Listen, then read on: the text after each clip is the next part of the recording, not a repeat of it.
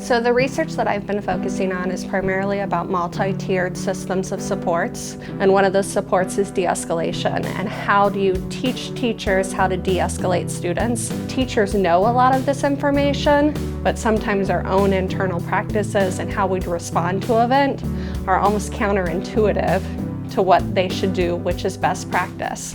So when you think about kids with behavioral disorders, you know that one of the most important things to them being successful in school is that school engagement piece, making sure that they have a connection with somebody within the school building.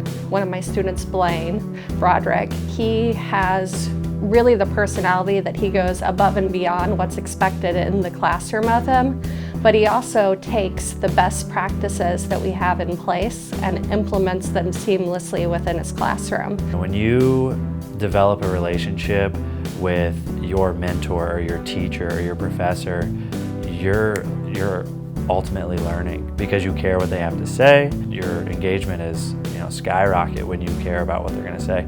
And I developed that with Dr. Adamson, and what I do with my students, the very first thing that I want to accomplish is building a relationship with them. Every single student is different. Their learning style, their personality, even kids with the same disability are so different.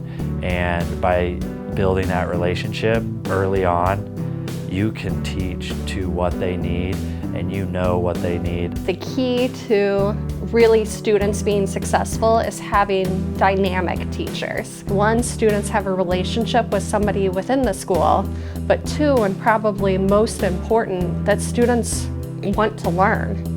So these teachers are almost on display as actors, trying to get students who may be completely unmotivated to learn engaged in that curriculum. And when you start thinking about that relationship, you can really see how these teachers need skills not only for what works in the classroom and what is good instruction, but really engaging those students and drawing them into the instructional content.